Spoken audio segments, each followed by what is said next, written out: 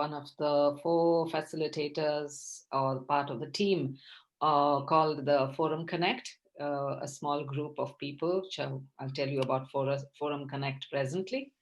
I am working president of the Working People's Charter, which is a network of organizations working with informal labor in India. However, I am here in Forum Connect in my individual capacity, as my other 3 friends are also. I will moderate, and my co-moderator is Mike Davies, who works with, who lives in Zimbabwe, and he is with the International Alliance of Inhabitants, and he also is here in his personal capacity. The other 2 are Lau Kinchi and Pierre, and they will also be, Kinchi is one of the hosts, and she is a professor working in China, in Beijing, and she is also one of the founders of the Global University. Pierre works with Caritas, and he has been active for many years with the Social Forum, and he works with International Council as well. So Forum Connect is a self-organized working group, and we wish to, the reason why we came together is to contribute to reaching out with information regarding the World Social Forum, especially in Asia. Our goal is also to develop a body of knowledge through our sessions and document it so that we can help to better understand and participate in the Social Forum. So for those who are very new here and who don't know so much about the World Social Forum, it is, if you go online, you will find a lot of information about the Social Forum. The World Social Forum describes itself as an open meeting place for reflective thinking, democratic debate of ideas, formulation of proposals, free exchange of experiences, and interlinking for effective action by groups and movements of civil society that are opposed to neoliberalism and to domination of the world by capital and any form of imperialism. They are committed to building a global society directed towards fruitful relationships amongst humans and between humans and the earth. So this is the way that the Social Forum describes itself. It was first held in 2001 in Porto Alegre, and over the years has attracted hundreds of thousands of participants from social movements, NGOs, sectoral networks, policy advocates, academics, media people, and thousands of cultural activists, filmmakers, and performers who are part of the anti-globalization struggles from all over the world. And subsequently, the forums were held in India, Nigeria, Senegal, Canada, Tunisia, to name some. And right now, the next WSF is going to be a virtual WSF, about which you will be hearing more as we go on. So to go now to the discussions, to tell you some of the technical information that you need to know. All the participants are muted except the panelists, but you can ask questions by putting your questions in the chat box, and we will relay that to the speakers. The speakers will have 7 minutes to speak, 7 minutes just to make their presentation, and afterwards they will have time to take questions. So the speakers, in order, I will read out: Chico Whitaker, Gautam Mody, Hamouda Soubhi, Carminda Mc Lorin, and Rosa Zuniga. And Rosa, after her presentation, will also speak for another 5 minutes about the way that the forum is going to be organized and how you can participate in the forum. So Rosa, you have your 7 minutes and an additional 5 minutes to talk about the forum after your 7-minute presentation. So, so before we start about translation, I request my co-moderator, Mike, to say something about the translation so that we can then go on to the speakers. Mike? Thanks, Meena. And thank you to all the technical staff who are assisting us today to make this a productive meeting in multiple languages. Please bear with us. We do not have all the pairs available. So if your language is not available and you have a second language, please flick through the interpretation channels to see what's available. We do have some initial teething problems, and we will be playing around with the interpreters to get them working properly. Please bear in mind, the interpreters need you to speak clearly, slowly, and with headphones. It's very important. You may be able to hear the conversation very clearly, but headphones will assist the interpreters to focus just on your language. What else is there on the interpretation side? Any problems? Just put it in the chat, and I will try and address any challenges as we go. Sorry, Meena?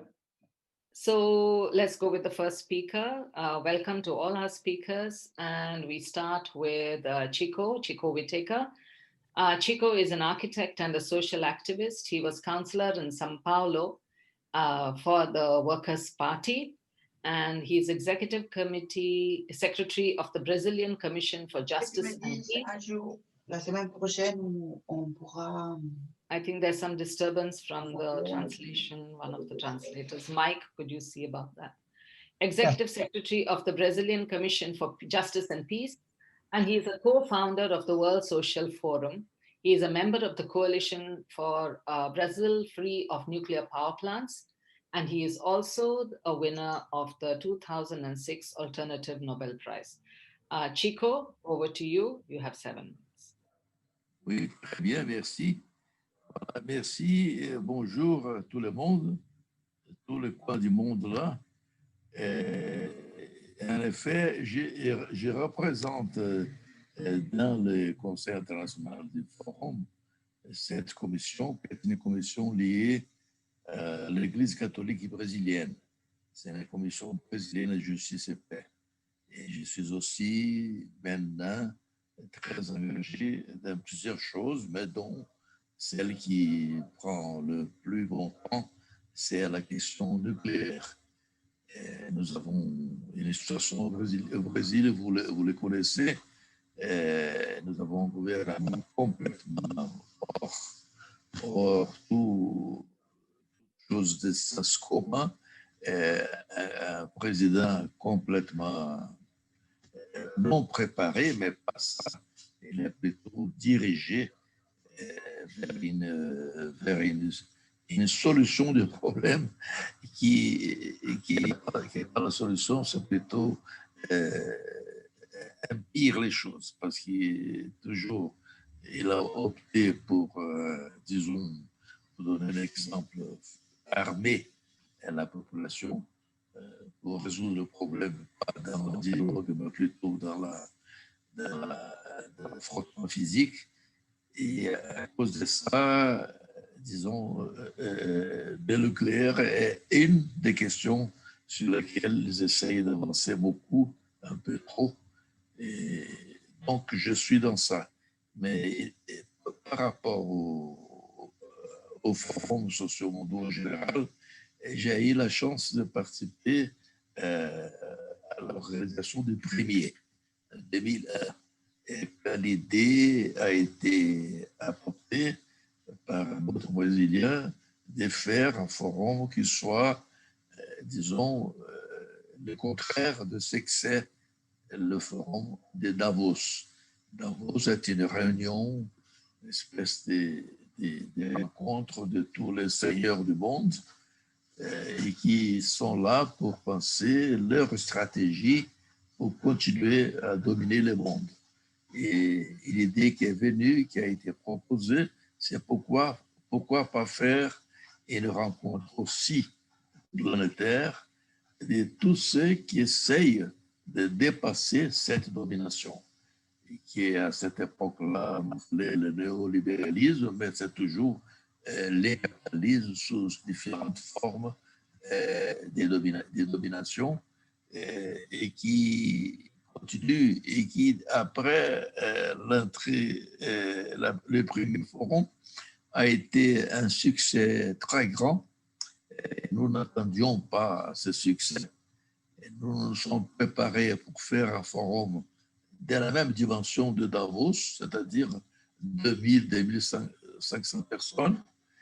Et finalement, nous avons été, disons, envahis par 20 000 personnes, 10 fois plus. Ça nous a obligés à nous adapter rapidement. Le forum durait 5 jours, comme toujours. Et pendant ces 5 jours, on s'est adapté. Mais on a utilisé, on s'est demandé pourquoi ce succès. Et nous avons réfléchi longtemps pendant avant la préparation. Nous sommes pris une orientation. Le forum ne sert pas, disons, un forum, une rencontre des forces organisées de la société sous la forme de partis, etc. Et même du gouvernement plus progressiste. Mais le forum serait pour donner la place, pour donner l'occasion, l'opportunité aux organisations et aux mouvements de la société civile à s'articuler au niveau planétaire pour rendre plus efficace leur action. Cette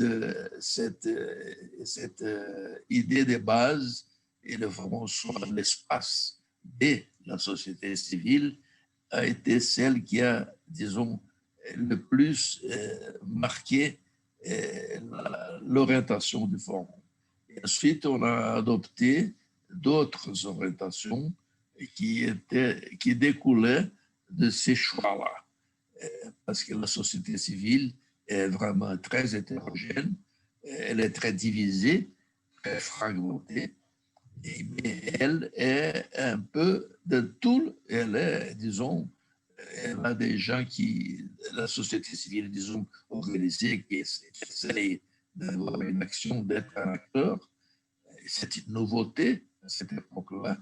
La même fois que la société civile s'est montrée très efficace en tant qu'action, c'était dans la rencontre contre l'OMC à Seattle, aux États-Unis, et elle a travaillé là par le système des réseaux et par des organisations verticalisées, mais plutôt il n'avait aucune autorité derrière pour commander le processus. C'était plutôt l'initiative des différents types de réseaux qui se sont rencontrés à Seattle. C'est à partir de cet exemple-là que nous nous sommes rendus compte qu'il y avait un nouveau acteur qui surgissait dans le monde, un acteur politique, qui était la société civile elle-même, non plus manipulée par soit les leaders politiques, soit les partis, soit n'importe quoi, mais plutôt un acteur autonome, mais autonome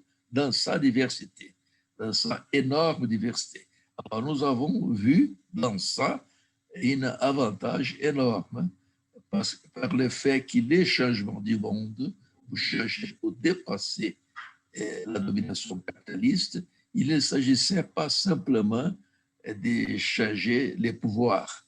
C'était plutôt un changement profond de la société elle-même qui était dominée par une chose, et c'est disons, une logique, la logique du capitalisme qui tout est tourné vers l'obtention du profit, et une culture qui dominait déjà le monde depuis des siècles, depuis la construction du capitalisme dominait le monde, et qui est la culture de la compétition. C'est-à-dire toujours, chacun doit essayer de faire ce qu'il peut pour obtenir ce qu'il veut, et pas des perspectives de solidarité. C'est plutôt la solidarité, chacun pour soi, et dans la lutte. Alors ça, c'est la culture capitaliste qui domine le monde, qui dominait le monde déjà. Et nous avons dit, voilà, nous avons donc à dépasser ça par les changements aussi culturels.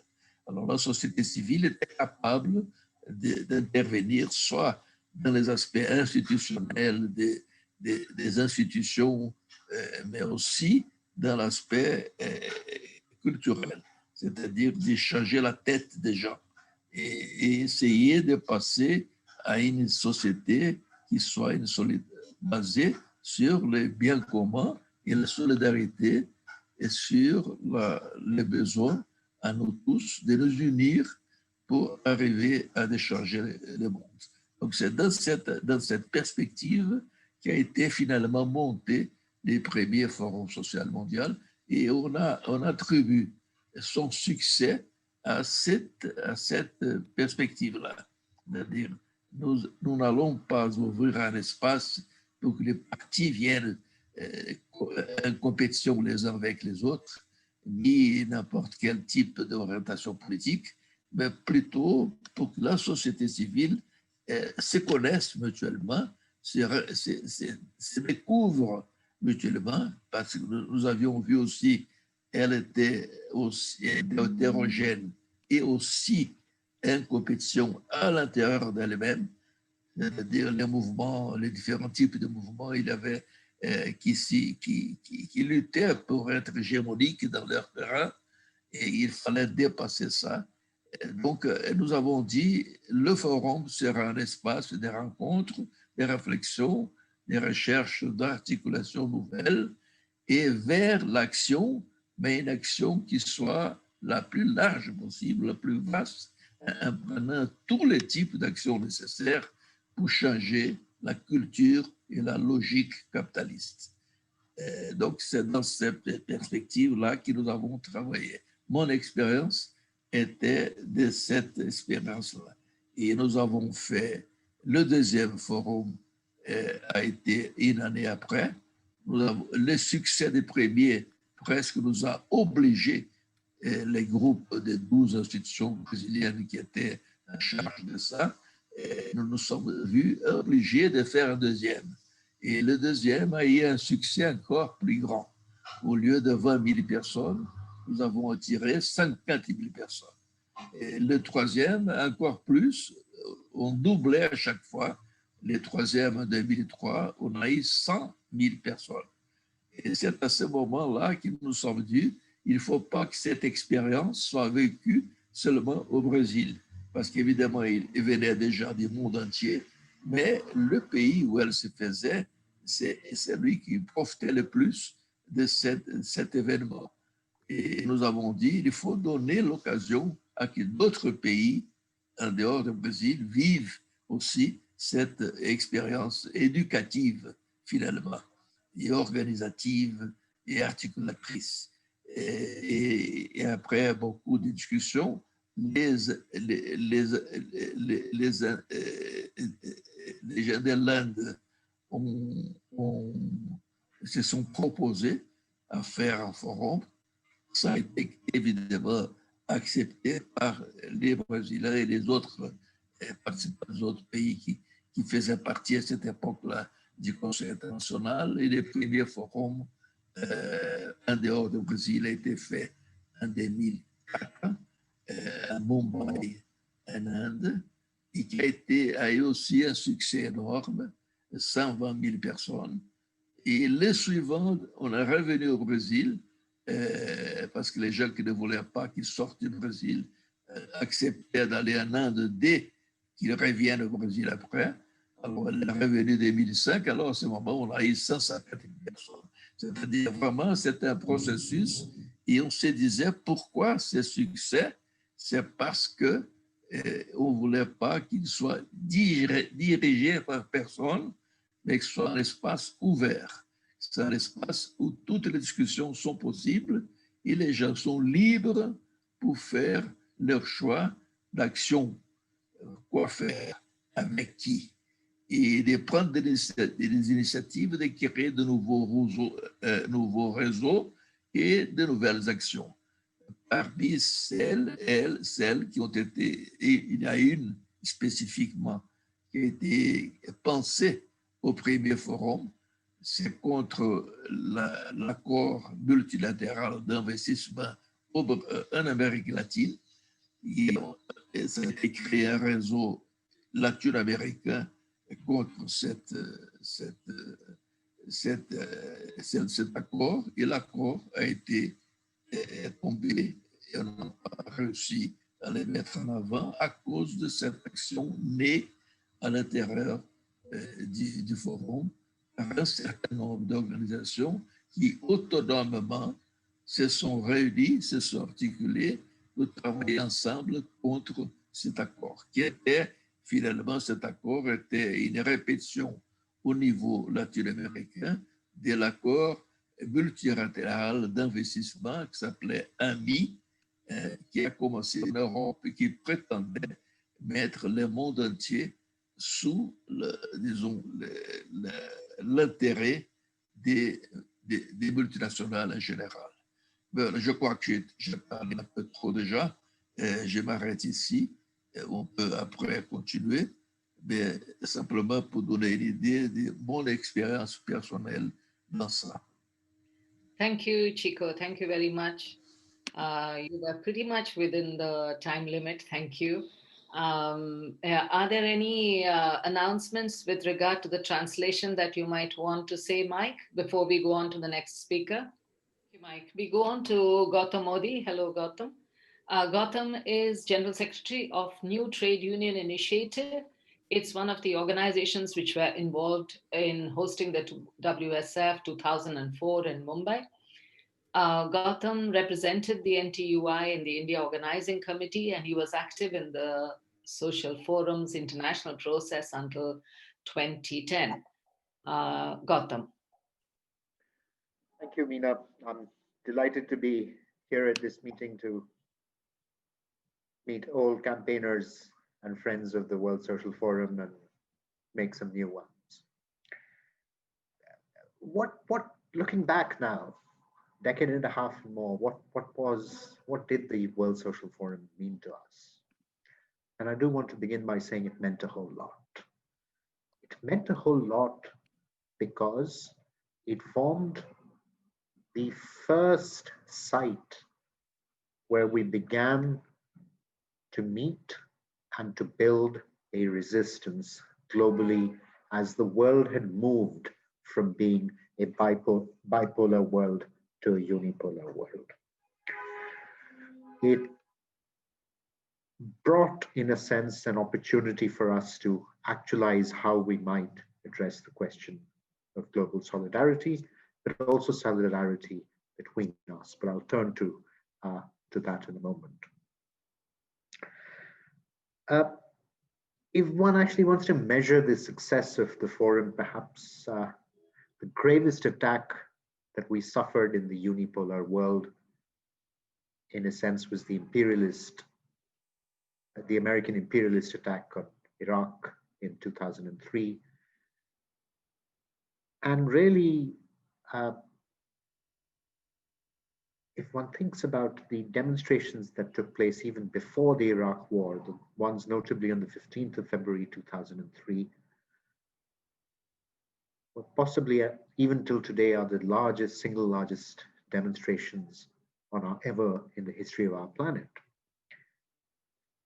The discussions for these began at the third forum in January 2003 at Porto Alegre. The decisions on the date were taken there, and it's really from there that the word went out. The call for 15th of February went out.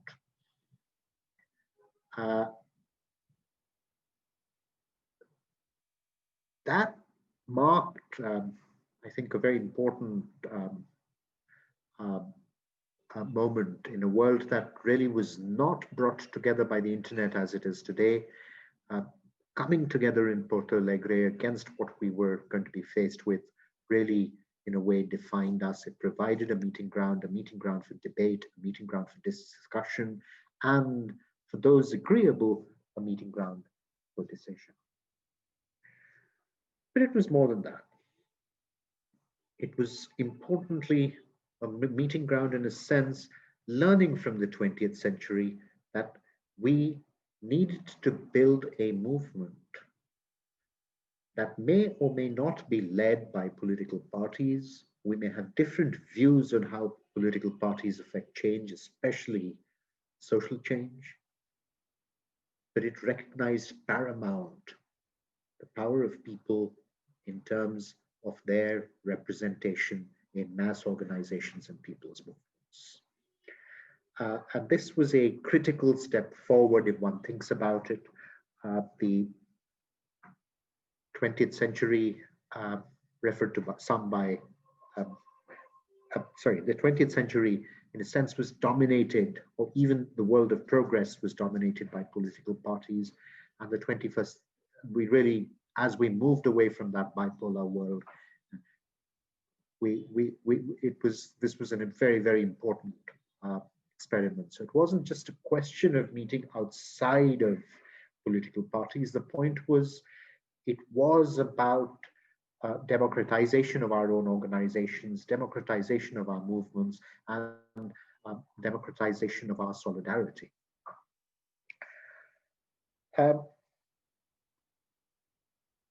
It's in that sense that the forum also played a very crucial role when it traveled to India.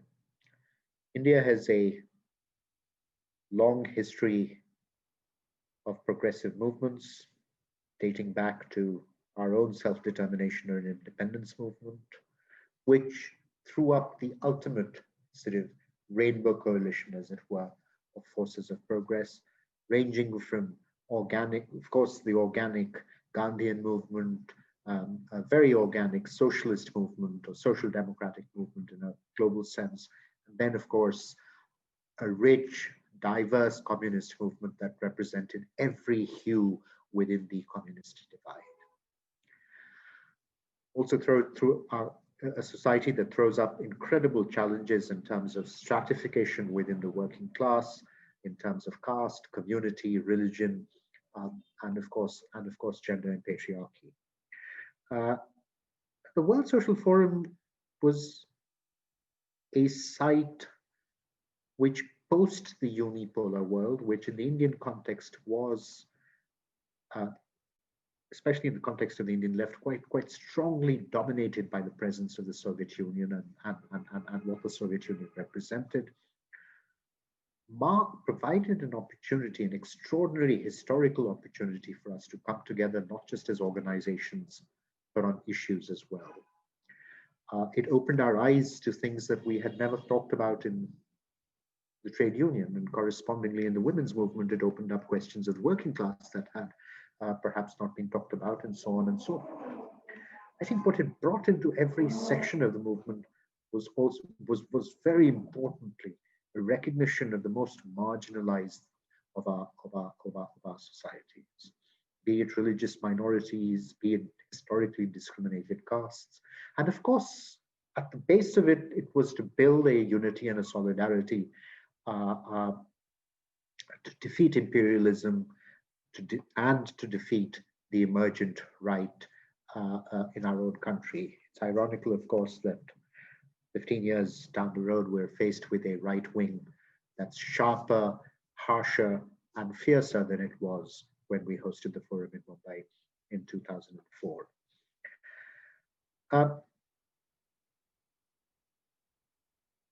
I can say this from the experience in India. We have been through a richness in both the coming together across organizations, across constituencies. But I can speak for my own organization, which had huge divisions in 2003, whether to join the forum or not, and enormous criticism within the organization when we decided not just to join it, but also to participate in organizing and hosting the forum very actively. It was an enriching and learning process, which threw up challenges, potentially divided our organization, but it also marked a coming together of ties within the organization that went beyond formal notions of how a organization such as a left trade union ought to be constructed. It opened us to new rules of democracy. The other day I was talking with Meena, and I said to her that I'm the general secretary. I've been the general secretary of the NTUI from 2013, and the comrade who's president actually was opposed to the forum.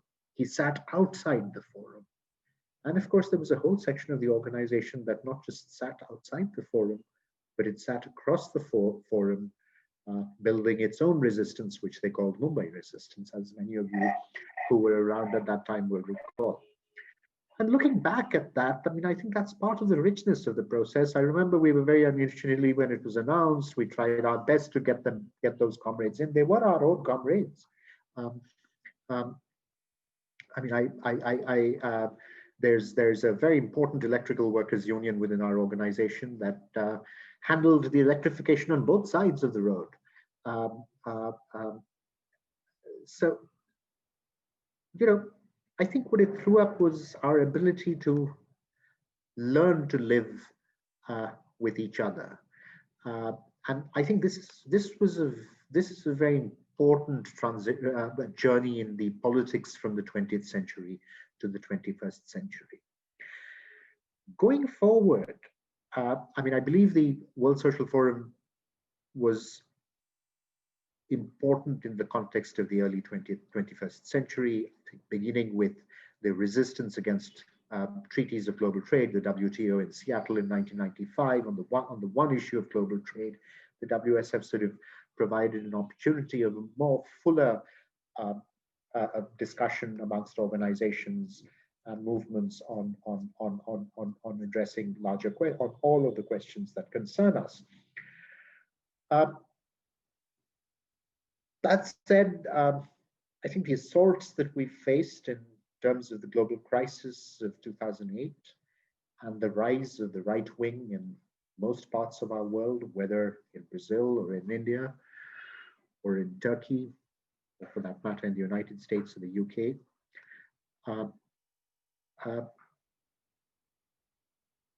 alongside the emergence of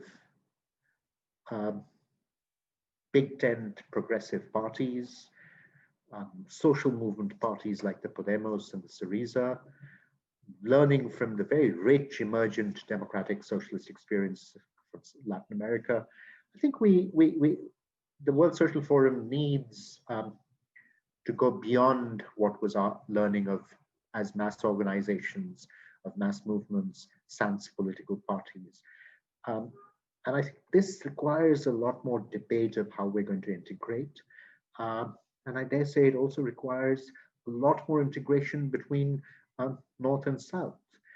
Some of those divisions remain, some of those divisions persist. In some places we've crossed thresholds, but these are divisions which I believe we need to address. But I think significantly and I will close with this, we must address ourselves to how we're going to deal with the new right or the far right. And in that context, what is it that we need to build on to be able to assert this right globally as we fight these fights against the far right within our national boundaries. Thank you. Thank you. Now we heard Chico Whitaker from Brazil about the experience of the organizing and the context of the social forum in Brazil, and Gautam, who spoke about India. And now we have Hamouda Soubhi, who will speak about, who is from Morocco. He works for the Morocco Council for Human Rights. He's chairman of Forum of South Alternative Morocco. He is also at the same time one of the co-founders of Alternatives and Alternatives Morocco and other Moroccan and African organizations working for human rights. He is currently responsible for the Secretariat of the International Council of the World Social Forum. He will speak about, hopefully, about the Maghreb as well as the African experience. Hamouda? I said, hi, thank you, Kinshi, for this initiative. I think, and Pierre and all the Meena for this initiative. It's good for learning and sharing experiences.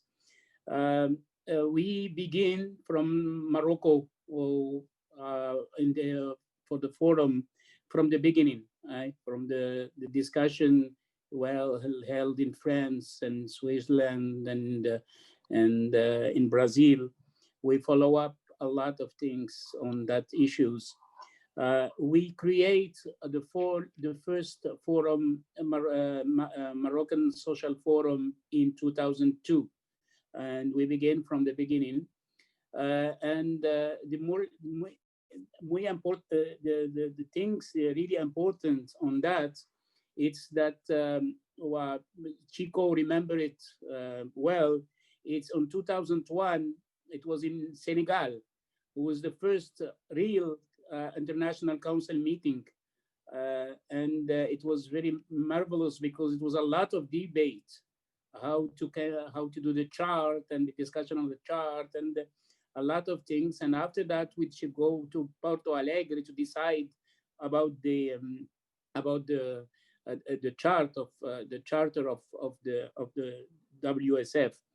And this was really nice to see after 20 years that we still alive and still dynamic, because in Africa we hold four social forums and one how they call it the forum how they call it in French, it's délocalisé. There was in Mali was Mali, Karachi, and Caracas, and it was nice in 2006. And in that moment, all the forums that we organized was with a lot of difficulties, because how Africa, it's not Brazil, it's not Europe, it's not United States or Canada, because a lot of difficulties to travel, a lot of difficulties. The people comes from country to country, and it was very hard to mobilize people, but it was a good mobilization because the people take the roads and there is a caravans, and it was a international African mobilization. It was really interesting on the fourth forum passing in Africa. If I want to go exactly on the discussion, like Chico said, and it was really difficult because there is a lot of competition between the organizations, a lot of competition between the networks, a lot of competition between the big organization and the smallest one. And this is why the principle of the forum to have self-organized activities and things help a lot the smallest organization to organize themselves and to discuss and to share with the internationals like Latin America or Asia or Europe or in Canada or North America. It was a lot of experiences that we take from those forums, and a lot of initiative. I can remember, the land grabbing. It was one of the first raids in networks in Africa. It was in land grabbing, food sovereignty, question of climate.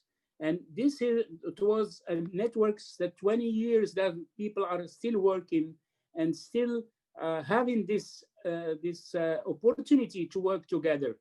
That a lot of experiences goes from this World Social Forums in Africa and build a lot of synergy and alliances in whole Africa.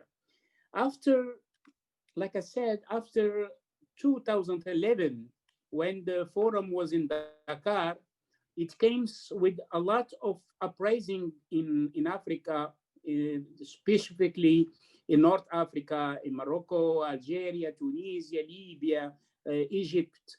It was an uprising, a marvelous uprising, and it comes at the same time with the forum in Dakar, and gives Dakar another format of the forum, because there was a lot of participation of those big countries. Those countries who before that, there was a lot of repression on those countries, a lot of people on jails, and a lot of problems in the North African civil society, a lot of how they call it, violence and things like that. And after that, it was a festive. It was like never a forum can be held with this marvelous mobilization around Africans around the world, because it was a new things coming from the mobilization and for the civil society in Africa, and that make us more conscious about what we can do after that, because the forum in Dakar give us a big opportunities to help and to build more connection with the world, and more connection with the movement on the world. I remember after Dakar, it was how they call it, a lot of discussion in the Maghreb, in the North Africa movement, about how we can hold this enthusiasm, how we can call it, how we can support this enthusiasm and bring something to the region. And this is how the decision in Paris to have the World Social Forum in Tunis, it was like a gift to the revolutionary or the uprising in the region, and to mobilize people who arrived in Tunis in 2011, 12, and 13, see all these young people, and they have, those young people was not affiliate in a civil society movement or movement. They create their own organizations, open organizations, and gives like a fresh air to the movement of like 15 years or 13 years that the forum exists, or 12 years that the forum exists. It gives a new opportunity to the World Social Forum, because after Dakar, it was like a little bit down, and a lot of problems coming from the International Council, a lot of discussion, and this uprising gives this hope and this dynamic to continue the World Social Forum. And in Tunis, what happened, it's the revolution happened in North Africa, create a lot of things. Occupy in New York, Carré Rouge in how they call it, red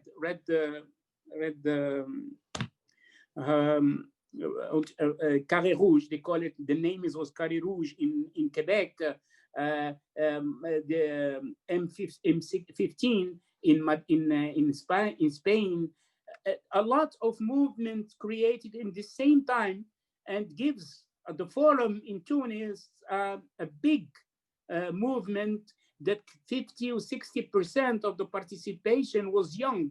And there was an open forum in the forum made by the youth. And a lot of, it was a very enthusiastic and dynamic situation. And this is my first point in the history and how the forum gives a lot of things.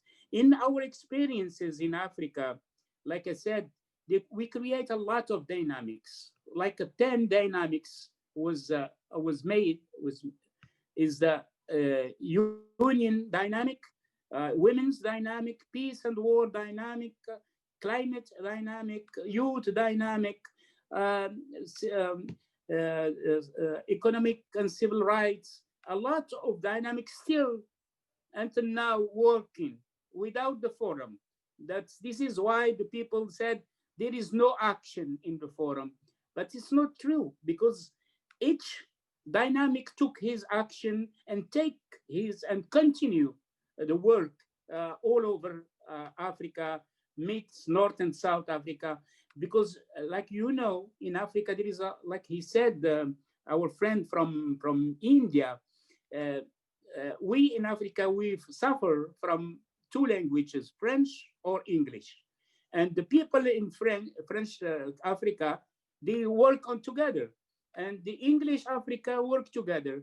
And this give this opportunity that North and South can meet and can discuss and create alliances still now working on it. And it's easy now to mobilize Africans about anything uh, um, anything uh, uh, coming or defending or mobilizing on women's issues, climate issues, land grabbing issues, workers' issues. And this is what we learn and what we gain from this experience of 20 years of the social forum. It's not easy. It's not easy because there is a lot of difficulties. The difficulties came first from this um, competition, like I said before, this competition between the big NGOs and big networks that have a lot of money and the smallest that they have no voice. How we can reach this without saying that the forum, it was, like I said, difficulties to connect people between them, connect movement between them. It was these challenges to make and to continue.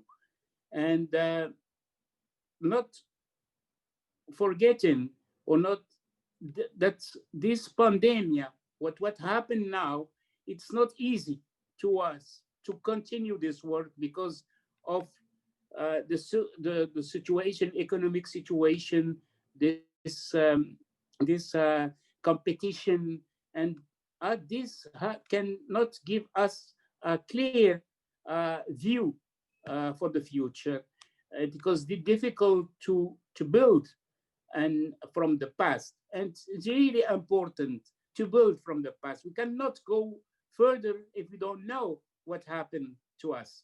And this is one of the challenges that we have now, is how we can rebuild these networkings and how we can reach more movement and new movement also, because a lot of movement is not um, um, uh, uh, link to the social forum, or there's a lot of youth, a lot of young generation that we need to uh, uh, memorize, give them the memory of what happened in the 20 years of, uh, of the forum. And one of the questions that we can ask, uh, why these forums? Why these forums don't give actions, and why these forums are are existing? But Chico, in one of a lot of his writing, speak about that, because the the genius of the forum, it's this continuation of the forum, even that there is a lot of movement are going out, like MST in Brazil, like worship March of Women. There are big organizations. They don't need a forum. They don't need it. They don't need the forum. They are already in connection between them. But the forum is a space. It's a space for all the new experiences and sharing these experiences. And one of the things that is really important also is the when we decide to go to Canada, the Canadians they are youth. A lot of them are youth. They have no, they are not belong to organizations. They was young from the movement. They are in the movement, and they create the forum. It was a lot of people that didn't want, because the experiences show us that all the forum until Montreal, it was the forums made or organized by organizations, unions, because they, in the chart, or not in the chart, but in the principle of how to organize a forum, there was like a something read. We read it and we send it to all the forums that we must have organization, unions, women's, and etc. That we have this must be the facilitation group to organize the forum. Canada was a different. There was a young people, youth. They do another thing. It was good. Even there was a lot of problem of visas and things and that, and things that the organization was different. And this is why I think we can learn from the past and let a lot of things happen, and let the people move. Another last point that I want to really put on light, it's that the World Social Forum or the Council, they had a commission called Expansion Commission. This Expansion Commission worked a lot. We decided in the International Council to open to the Arab world, the Africans, the Iraqis, the Syrians, the Palestinians or Jordanian, all the Arab region. Also for Asia, Bangladesh, we were in Bangladesh to discuss. We were in Taiwan also. Xinjiang, remember that a lot of discussion was in Taiwan, how we can make a social forum in Taiwan. And it was an experience in Taiwan, in Kunshin, I think it's South Taiwan, the first forum in Taiwan. And it was really important in Kurdistan. We were in Kurdistan discussing, and we have a forum in Kurdistan, Syrian, Turkish Kurdistan. And it was really important to discuss with this movement and bring him back in the forum, in the area of the forum, in Diyarbakir, in Dhaka, in Bangladesh. It was really interesting to see how a lot of babies were created. And last point, it's the other babies. It's the thematic forums. Like I said, maybe 14 to 15 thematic forums are existing now in the world. And this, now they are autonomous. They don't need the World Social Forum, but they are still, each 2 years we have a forum, thematic forum. And all these experiences, we can discuss it later, but it's really important to have this. And thank you very much, Kinshi and everybody for this, and Meena for this opportunity. Thank you very much.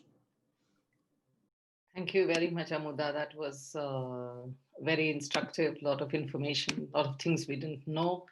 And just to tell everybody that we have about 6,500 Chinese participants on the live streaming. So it's reaching a large part of Asia, which is what we intended from Forum Connect. Thank you, all of you from China who are on the live chat, on the live, viewing the live streaming, a part of the live streaming. Now we have Carminda Mc Lorin from Canada. She is a sociology PhD student, and she has been coordinator of the Facilitating Collective for organizing the social WSF Montreal 2016. Carminda, are you there? So it's a real pleasure to be here with you, especially with a public that is across the world. I am indeed in Canada. I was, as you said, one of the coordinators of the World Social Forum in Montreal. I just finished actually my PhD working on spaces of mobilization like the World Social Forum and also like Occupy and other mobilizations like this that try to open spaces to for the social society to gather. I am also the director of an organization called Cataliso that is supporting also the organization of this virtual social forum that is arriving in January, I'm sorry. So the World Social Forum indeed occurred in Montreal in 2016, and it was one of the small forums, let's say, to say it like that. We gathered around 35,000 people here in Montreal. And as Hamouda pointed out, we were a little bit different because we were indeed an organizing collective mainly led by youth, but also evidently by many other people that are that were not necessarily young in the body, but young in the mind. That is as important, I think, of course. And this was in the movement that was created, as Hamouda said, also by the North African region and the printemps, the spring that was motivating the whole world actually to mobilize in 2000 after 2011. I have been participating to the World Social Forum since Tunisia, actually, even if I was studying the World Social Forum before. The World Social Forum 2016 collective was definitely charmed by the Charter of Principles and this willingness to, as Chico pointed out earlier, to create spaces where diversity could coexist, because definitely that is a challenge in the global civil society, that we have a difficulty to work together as we are not necessarily using the same words, not only because we speak different languages, but also because we come from different political cultures. And so that was totally charming for us, to open a space where we could address power relations, where we could address hierarchies that normally exist within civil society, and try to establish points of dialogue and of common action eventually, and encourage future action. I'm sorry, my phone is sounding. Okay, so the competition and addressing the possibility of building strength in plurality was definitely something that we took very seriously. And actually the methodology of the forum, of the World Social Forum, that is still being used, that propose to the people who participate to bring the content of the forum, was definitely something that we liked a lot, and of course still like.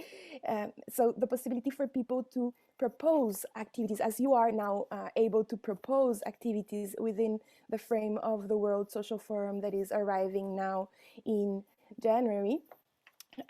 So this is a way of addressing concretely the fact that we are plural, that we are diverse, and that we need, in a sense, to build a sentiment of unity and to be stronger together in the world, because of course we know that even if, I mean, that there are so many challenges, and this is even, I mean, it was already, of course, pretty true in the time, the last years, and right now with the pandemic, of course, it's even worse, if that could be worse.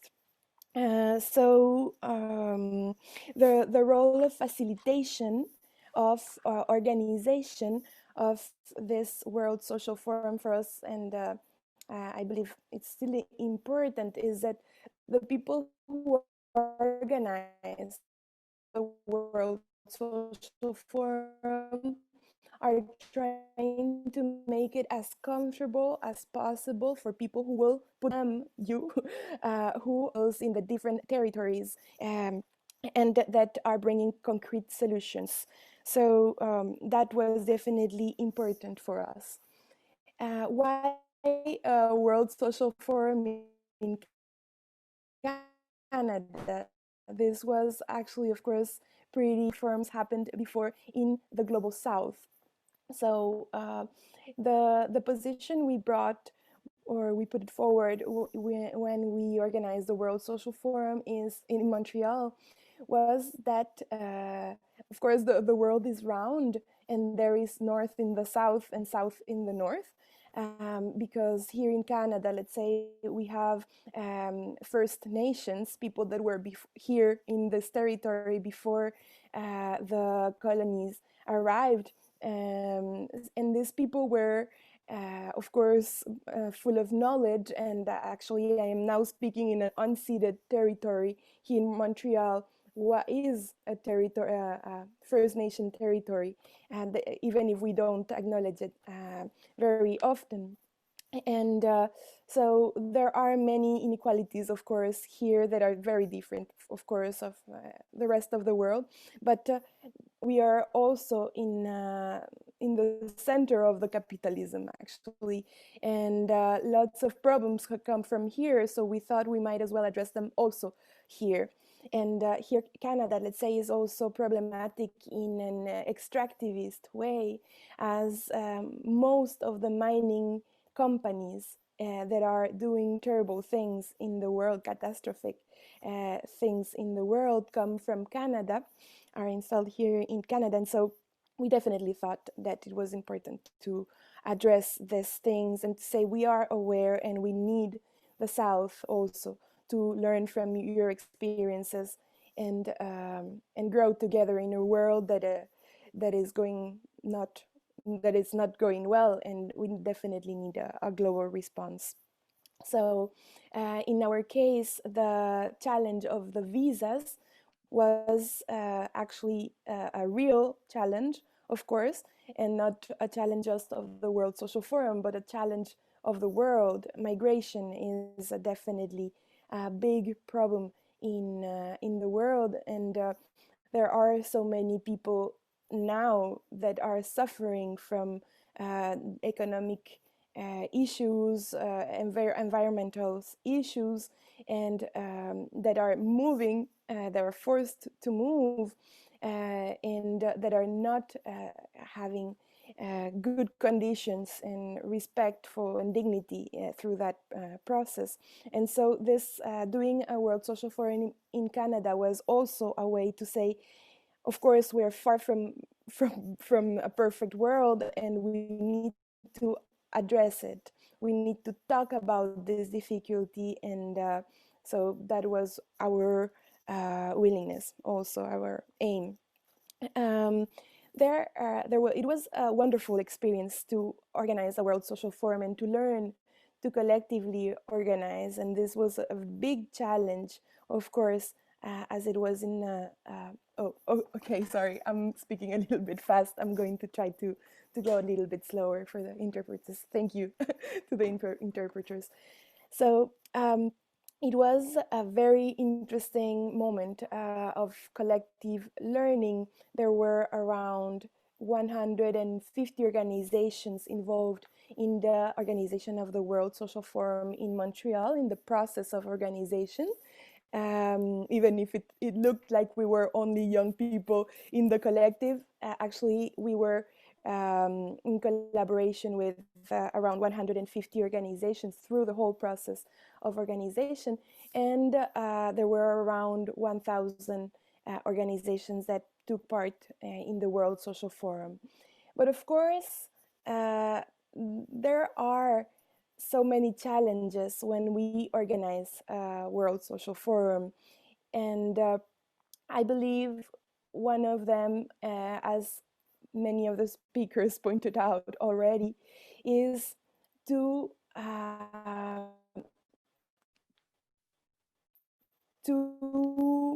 combine, in a sense, diversity and the unity we need to make changes. So this, of course, raises a lot of conflicts. And even if the World Social Forum aims for horizontal structures to avoid hierarchies, yes, I will wrap up. Thank you, Meena. Even if the World Social Forum is aiming all these good things, there are conflicts, there are contradictions, there are paradoxes. And I really believe that the best way to tackle these contradictions is to acknowledge them, address them, speak about them, be aware that they exist, to be able also to move beyond them and be able to work in collaboration. And I really believe that the main strength of the World Social Forum is our own capacity to continue building radical hope for a positive change of paradigm in the world. And of course, this is a very interesting challenge in the context of virtual activities. I really invite all the people who are watching us right now to inscribe activities and to move forward with us, bring a global response to our common issues. Thank you so much for the invitation and all the best. Thank you so much, Carminda. And it's good to hear from somebody young about their experience and their vision. Thank you. As you know, as you can see, we have not been able to include all the various fora. We hope to in future. We cannot have all the fora in one session, but we do hope to include others like Karachi and all the others by and by, and even more people from the same fora if there is an experience that is important and they would like to, and if people would like to speak about their experience, please feel free to write to us. Now we thought that we would ask, the reason why we thought we would ask Rosa Zuniga, she is from Mexico. She is a popular educator and sociologist. She is currently Secretary General of CEAAL, and she is a representative of this organization on the International Council of the World Social Forum. Mexico is to be the next physical forum, and we would like to hear from her experiences of organizing that, because that's a live forum. And Rosa, if you could speak about that, and then after your presentation, if you could speak about the way that people can participate in the virtual forum as well. But please do speak about your experience of organizing the Mexican Forum, after which you can speak on that. Rosa. Ok. Muchísimas gracias, Mena. ¿Me escuchan? ¿Sí se escucha? Ok. Bueno, primero que todo, primero que todo, muchísimas gracias. Voy a hablar en español. Espero que me escuchen bien. Pues estoy en México aquí presencialmente, y virtualmente estoy con ustedes en Asia, en esta gran región del mundo que no conozco, pero que la virtualidad nos permite acercarnos. Yo hice una presentación en PowerPoint, no sé si la puedo presentar. Voy a mirar, a ver si puedo. Sí puedo. compartirles, voy a ampliarla para que se vea mejor. La hice en inglés.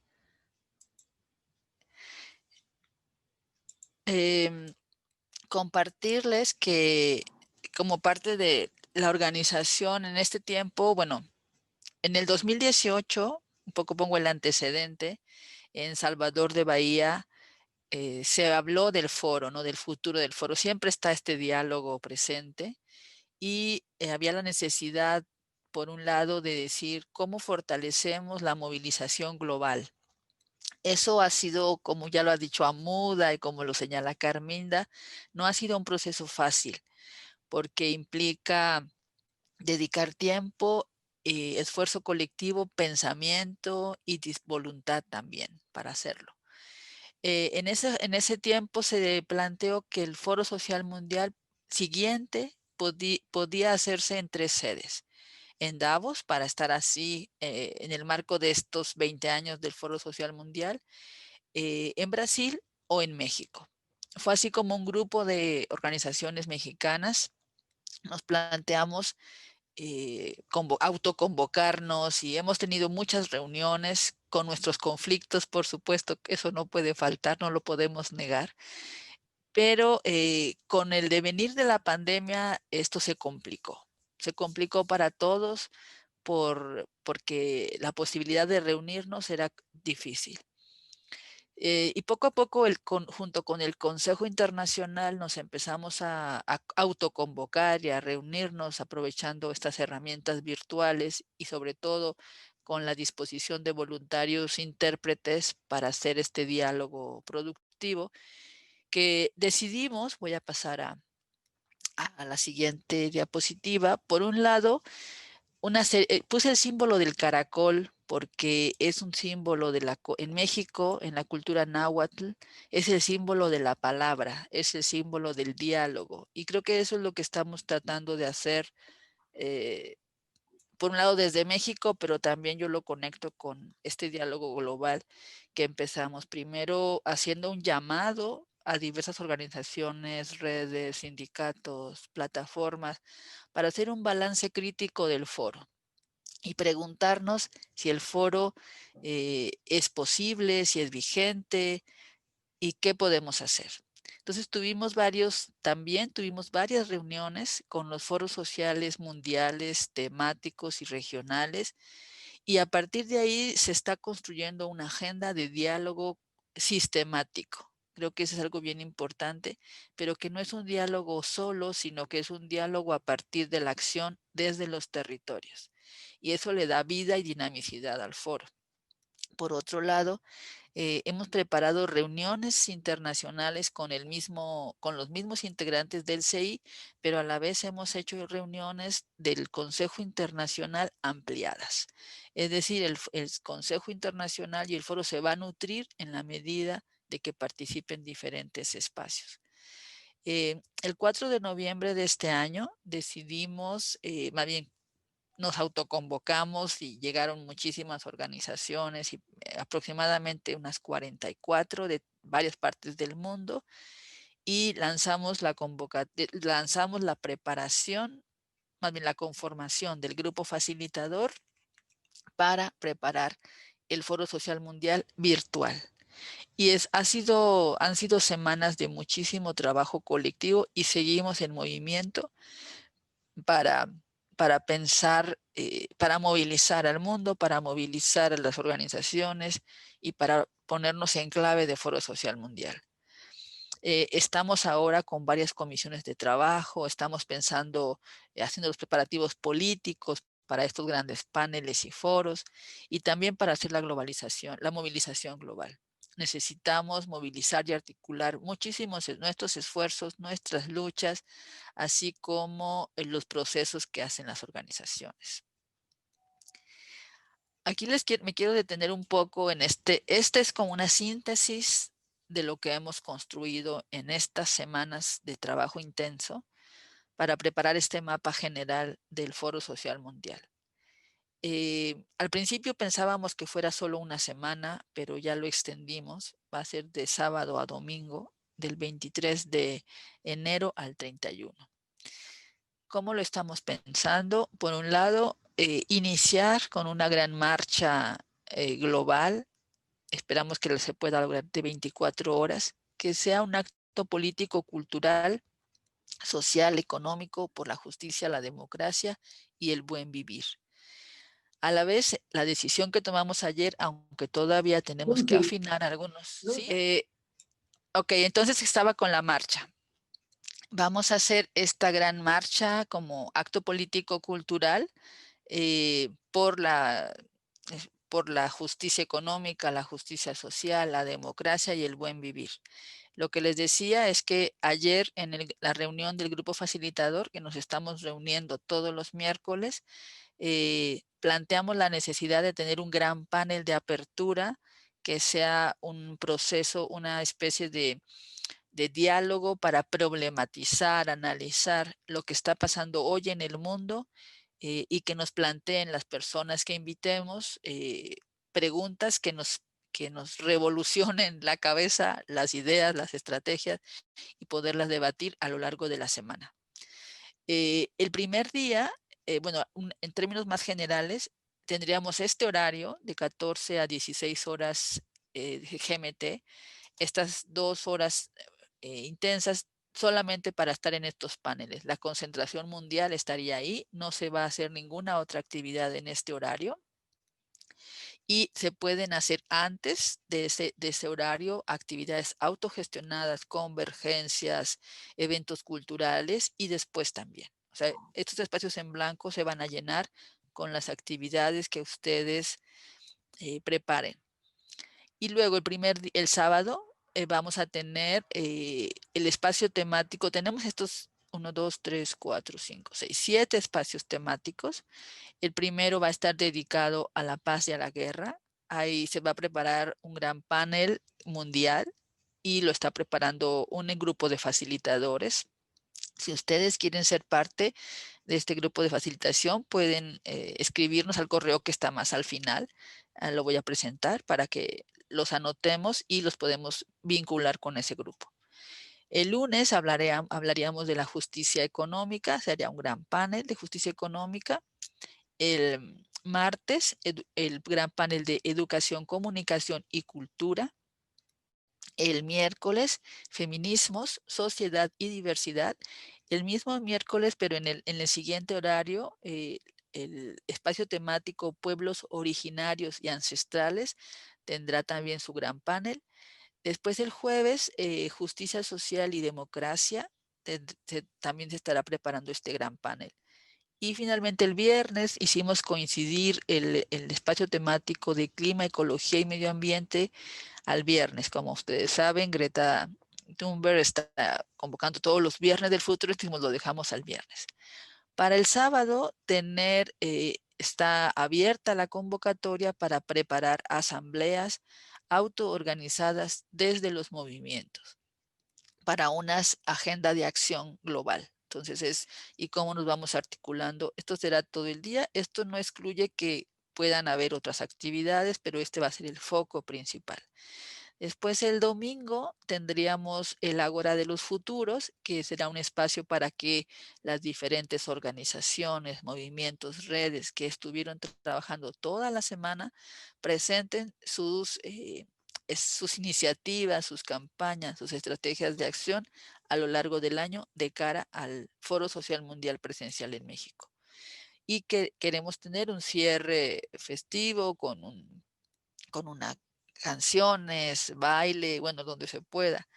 A la vez que tenemos la idea de que todos estos paneles estén a la vez atravesados por estos temas: el género, el combate al racismo, la pandemia y el futuro del foro.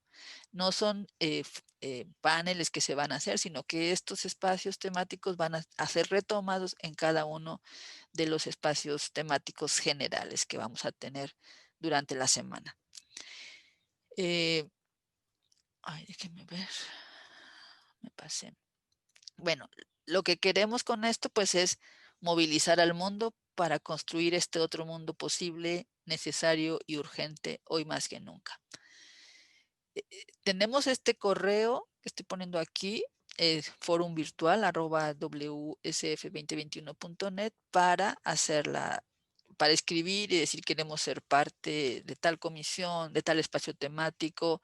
Ahí pueden solicitar, ahorita vi que alguien puso en el chat de este Zoom la dirección para la inscripción. Estamos haciendo el monitoreo de este formulario para que haya los menores errores posibles y todo el mundo pueda inscribir sus iniciativas. Y la página web del Foro Social Mundial Virtual, pueden hacer la traducción, ahí está, a 9 o 10 idiomas, pueden ustedes verificar.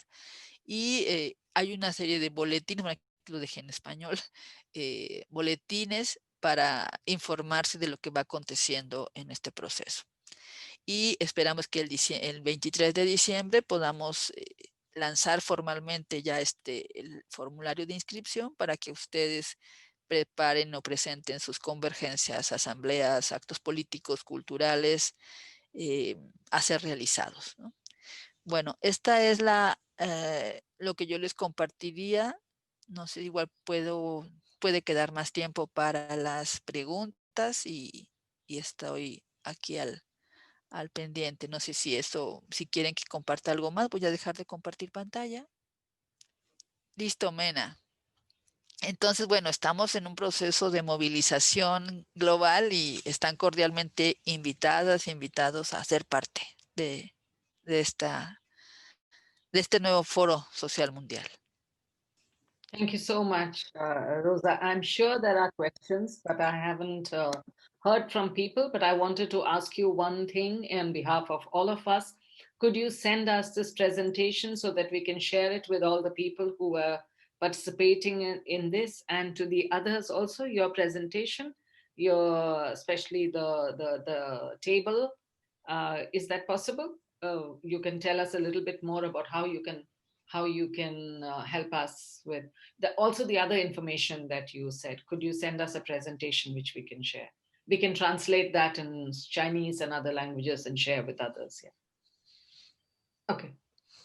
So great. So we will share this with all the participants who are here.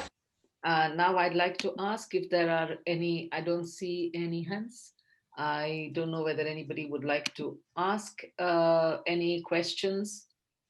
However, and if there are no questions, I will ask the participants whether they would like to respond, the panelists, whether they would like to respond to each other, because a lot of things that came up in the conversations perhaps also set off some other ideas and responses which the panelists might want to address. So if there are no questions, I will go ahead to that. Mike, are there any questions?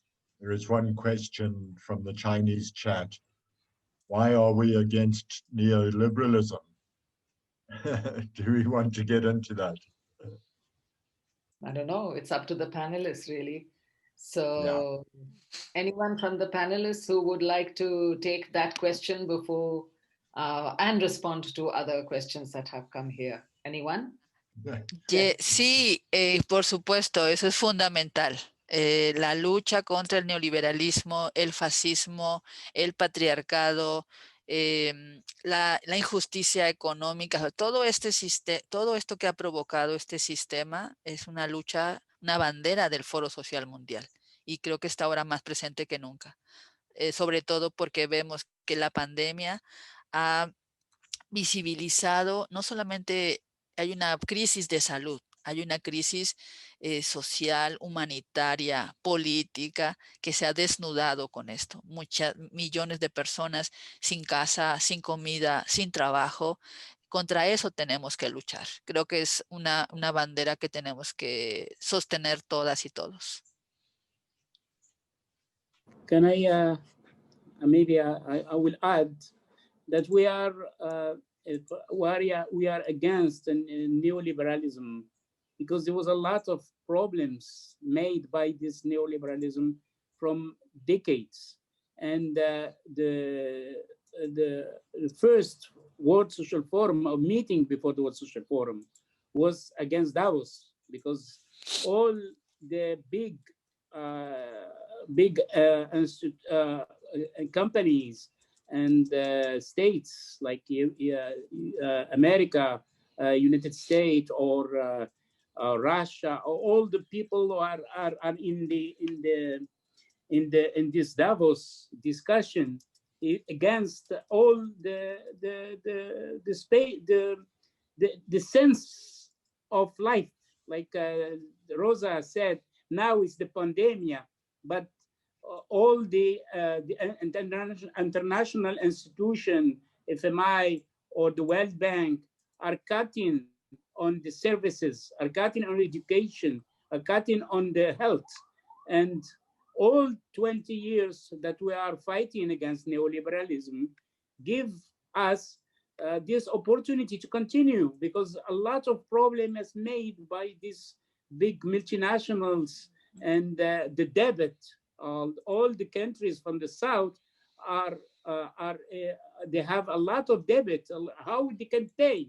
How they can pay this World Bank and all these financial institutions? And this is why we are against neoliberalism, because they take our blood. In that sense, there is no space for alternative, for economic, for the cooperatives, for a lot of issues that we cannot do because of this domination of the financial institutions. Thank you, Hamouda. I'm going to put it in one line. Okay. Neoliberalism causes inequality, and inequality causes injustice. And there can be no progress on this planet unless there is equality and social justice, and hence we're opposed to neoliberalism. Chico, would you like to, with anyone? Please feel free to comment on other things that have come up in the course of the discussion, not only on the question that has, so would you like to say anything else about the rest of the discussion, or we go on to the next speaker? Oui, très bien. Oui. Et je voudrais dire un mot là. En fait, toute la lutte du forum, depuis le début, un tout petit moment là, je vais ajuster ici. Toute la lutte du Forum social mondial, depuis sa naissance, était contre ce système, qui n'est pas, disons, un pays ou un autre pays. C'est une logique. C'est une logique d'organisation de l'activité humaine en général, qui est tournée vers la recherche du profit, de l'accumulation du capital. Pas de problème de justice sociale, d'égalité des gens, rien de ça. Ce que le système veut, c'est augmenter l'accumulation de l'argent. Et avec ça, avec un moteur. Le moteur, c'est la compétition. La compétition entre les gens pour avoir plus d'argent. En prenant des autres, en choisissant leur chemin pour faire plus d'argent. Et avec le développement de cette logique, c'est la domination des institutions financières qui font de l'argent à partir de l'argent. Font de l'argent pas avec la production qui doit être vendue et avec ça avoir un surplus de profit, mais font de l'argent par la comptabilité pure et simple de l'argent qui circule dans le monde, par les investissements. Et quand on voit par exemple Davos, ils viennent de publier un texte sur leur vision du futur. Ils disent clairement, le futur va être déterminé par l'investissement. C'est-à-dire, où est-ce que l'argent ira dans le futur, ça va être déterminé. Et ça, l'argent n'a rien à voir avec la justice sociale.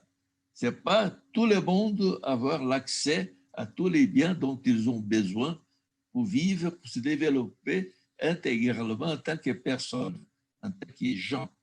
C'est ça. L'objectif, c'est ça. Donc, il y a une logique qui domine le monde et qui est entrée même dans les pays socialistes. La logique de faire de l'argent, faire de l'affaire, vendre Et lié à ça, il y a des choses qui mènent à la destruction de la planète. C'est la consommation. Ce système a besoin de consommation. Et tout ce qu'on produit, il faut que ça revienne être argent à nouveau, mais pour que ça revienne, devienne argent à nouveau, il faut que ça soit vendu. Donc, il faut qu'il y ait des acheteurs. Donc, tout ça, c'est une logique et ça fait aussi une culture qui domine le monde. Une culture basée sur l'argent, sur le profit, sur la consommation. Pas du tout basée sur la solidarité. Donc, c'est pour ça que nous sommes contre le néolibéralisme et nous pensons qu'ou bien on dépasse cette logique et cette culture, ou bien on va vers la fin du monde. C'est ça qui est en train de se passer au niveau écologique. Et chaque fois, plus de gens montrent que cette logique mène à la construction d'une machine de production mondiale gigantesque qui exige chaque fois plus de ressources naturelles. Donc, c'est pour ça que les activités d'extraction maintenant détruisent le monde pour obtenir le produit, les matériels qui permettent à la machine de continuer à se produire. Et elle est en train maintenant, au niveau de la communication, avec tous ces appareils qui sont finalement des appareils qui exigent du matériau rare. Donc, c'est une logique qui est complexe, mais qui, elle, est finalement notre problème. Un autre monde possible sera un monde qui s'est libéré de la domination de l'argent. Finalement, c'est ça. Il y a donc un autre monde possible, un monde où les gens se voient tous égaux et tous solidaires les uns des autres, de le plus petit jusqu'au plus grand. Donc, si c'est la question de pourquoi nous sommes contre le libéralisme, j'espère que ces genres de réflexion pourra aider à trouver la réponse. Thank you, Chico. So before we conclude, just a few words that to many of the participants, many of the ideas and much of the information would be new. And but then that's how we will have to start by approaching a lot of younger people who might not quite comprehend a lot of what is being said or the responses that we see from activists and from the organizations which are part of the anti-globalization and anti-neoliberalism, which are part of the forum. So I think that perhaps this is one of the things that are different from the time when the social forum was everywhere, generating or attracting large numbers of people. And today we have in Asia where there is an upswing of right-wing thinking and a questioning of many of the things which movements have been talking about before. So if neoliberalism prioritizes the market, as Chico was saying, it prioritizes profit. And an extreme form would be, for instance, if the vaccine for COVID were available only to those who can buy it. So if taking public transport would only be available to those who have money, well, only those who have money, if they could go to a hospital in order to cure themselves of really serious illnesses. So when we say neoliberalism, we are actually questioning the privileging of markets and the privileging of profits over the needs and aspirations of people. And as Gautam was saying, that this creates inequality, because when you have a market which decides, you have inequality. And if there is inequality, there is injustice. So I hope that you will be able to read more about why we here, as part of the social forum, are opposed to neoliberal policies. which are followed by most of the governments in Asia. So, before I conclude, just to thank the Chinese, the technical folks who have helped us to set this up, the translators, all of whom are volunteers, and we haven't been able to really do a great job of providing as much translation as we should have. But this is our first event, and we hope that we will be able to do more events in order to give more information and to make the ideas that are the basis of the social forum more current and bring it to more people. Thank you very much, everybody. And thanks most of all to the panelists who took time to be here. And we hope that we will have you again on panels maybe in future. Mike, is there anything you would like to add? Thank you for your patience and bearing with us while we sorted out the interpretation. As Meena said, they are volunteers. I would like to thank them for their help. Without them, we wouldn't be able to do this. This, for me, is one of the greatest things about COVID-19, is that it forced us to build our skills to communicate. So great to have participation from China. I think this is hugely important for the development of not only Forum Connect, but the World Social Forum itself.